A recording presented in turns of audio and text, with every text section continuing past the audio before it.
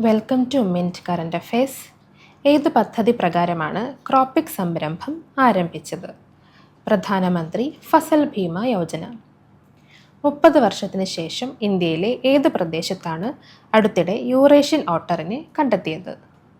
കാശ്മീർ താഴ്വര. ലോക സമുദ്ര മത്സ്യബന്ധന വിഭവങ്ങളുടെ അവസ്ഥ അവലോകനം 2025 എന്ന പേരിൽ റിപ്പോർട്ട് പുറത്തിറക്കിയ സംഘടന ഏതാണ്? ഭക്ഷ്യകാർഷിക സംഘടന. അടുത്തിടെ വാർത്തകളിൽ പ്രത്യക്ഷപ്പെട്ട ബനാസ് നദി ഏത് സംസ്ഥാനത്താണ് സ്ഥിതി ചെയ്യുന്നത്? രാജസ്ഥാൻ. UNFPയുടെ 2025 ലോക ജനസംഖ്യാ സ്ഥിതിവിവരക്കണക്ക് പ്രകാരം ലോകത്തിലെ ഏറ്റവും വലിയ ജനസംഖ്യയുള്ള രാജ്യം ഏതാണ്? ഇന്ത്യ.